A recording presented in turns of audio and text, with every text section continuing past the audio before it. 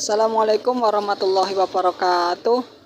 Kami dari kelompok 7 akan menjelaskan tentang konsep keuangan syariah yang beranggotakan kelompok kami. Yang pertama saya, Dede Muhammad Aziz, kemudian yang kedua ada Sabrina Risangutami, yang terakhir yaitu Peggy Trisnawati.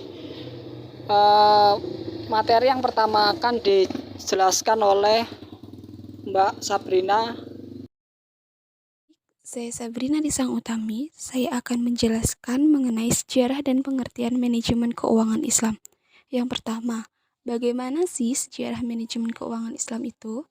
Rasulullah Shallallahu Alaihi Wasallam adalah kepala negara pertama yang mengenalkan tentang konsep baru di bidang keuangan negara pada abad ke-7 pada masa tersebut. Semua kekayaan yang dimiliki negara harus dikumpulkan terlebih dahulu, setelah itu dikeluarkan sesuai dengan kebutuhan negara. Bait Mal adalah tempat pengumpulan dana pada masa Rasulullah Shallallahu Alaihi Wasallam. Letak Bait Mal adalah di Masjid Nabawi. Pendapatan negara yang sangat sedikit disampaikan pada lembaga ini dalam jangka waktu yang singkat untuk didistribusikan ke seluruh kepada masyarakat. Dana tersebut diperuntukkan untuk penyebaran Islam serta pendidikan dan kebudayaan. Akan tetapi, pendapatan negara secara keseluruhan tidak tercatat secara sempurna karena minimnya jumlah orang yang dapat membaca, menulis, dan mengenal aritmatika sederhana. Yang kedua, apa pengertian manajemen keuangan Islam? Manajemen dalam bahasa Arab adalah idaroh. Idaroh diambil dari perkataan adarta bihi. Secara istilah, manajemen atau idarah adalah alat untuk merealisasikan tujuan umum atau suatu aktivitas khusus menyangkut kepemimpinan, pengarahan, pengembangan, perencanaan, dan pengawasan terhadap pekerjaan-pekerjaan yang berkaitan dengan unsur pokok dalam suatu proyek. Dengan tujuan agar hasil yang ditargetkan dapat tercapai dengan cara yang efektif dan efisien. Dari uraian di atas, secara tersirat dapat diketahui bahwa hakikat dari manajemen yang terkandung di dalam Al-Quran, yaitu memandang dan merenungkan ke depannya suatu persoalan agar persoalan tersebut menjadi teruji dan baik akibatnya. Keuangan Islam yaitu suatu sistem keuangan yang beroperasi sesuai dengan keuangan Islam atau yang bisa disebut syariah. Manajemen keuangan syariah yaitu sebuah kegiatan manajerial keuangan untuk mencapai tujuan dengan memperhatikan kesesuaiannya pada prinsip-prinsip syariah. Dari penjelasan tersebut dapat diambil kesimpulan bahwa manajemen keuangan syariah adalah suatu cara atau proses perencanaan, pengorganisasian, dan pengontrolan dana bagi suatu perusahaan untuk mencapai tujuan sesuai dengan hukum Islam atau prinsip-prinsip syariah. Selanjutnya, saya akan menjelaskan karakteristik keuangan Islam. Ada 7 karakteristik utama yang diuraikan oleh Direktur Bank Syariah BI yang menjadi prinsip sistem perbankan syariah di Indonesia, serta menjadi landasan pertimbangan bagi calon nasabah dan landasan kepercayaan bagi nasabah yang telah konsisten. Ketujuh karakteristik ini diterbitkan dan diedarkan berupa sebuah booklet Bank Syariah. Ketujuh karakteristik ini yaitu yang pertama adalah universal. Universal artinya melihat bahwa bank syariah berlaku untuk semua orang tanpa memandang perbedaan agama dan perbedaan kemampuan ekonomi. Yang kedua adalah adil. Yang dimaksud adil yaitu memberikan sesuatu hanya kepada yang berhak dan memerlukan sesuatu sesuai dengan porsinya, serta melarang adanya unsur masyir. Masyir artinya spekulasi atau untung-untungan, gahar atau ketidakjelasan, dan haram serta juga riba. Baik, saya akan melanjutkan karakteristik yang ketiga yaitu transparan. Dalam kegiatan bank syariah sangat terbuka bagi seluruh lapisan masyarakat.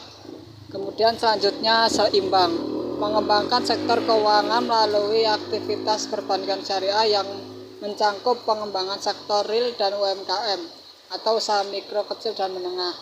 Kelima, maslahat, bermanfaat dan membawa kebaikan bagi seluruh aspek kehidupan.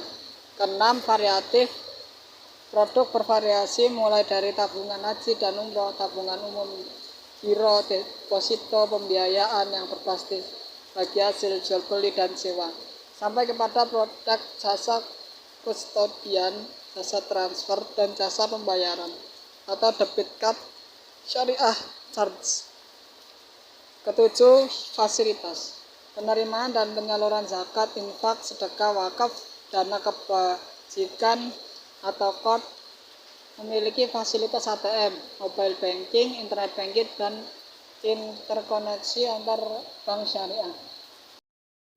Berikutnya, saya akan menjelaskan tentang ruang lingkup manajemen keuangan Islam.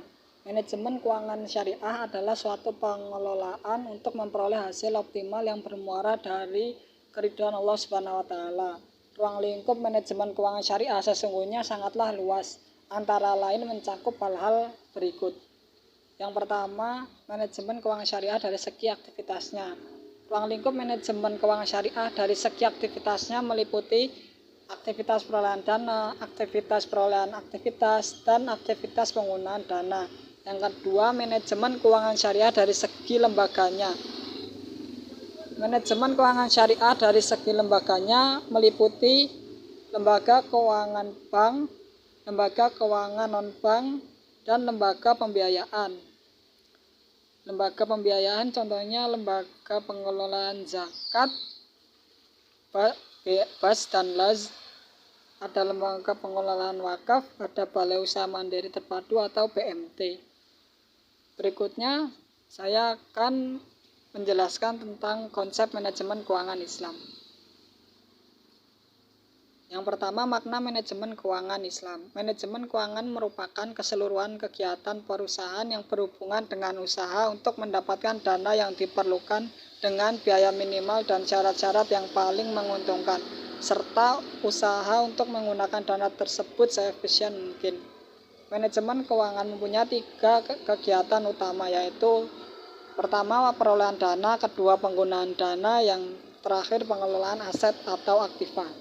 Kedua, tujuan dan fungsi manajemen.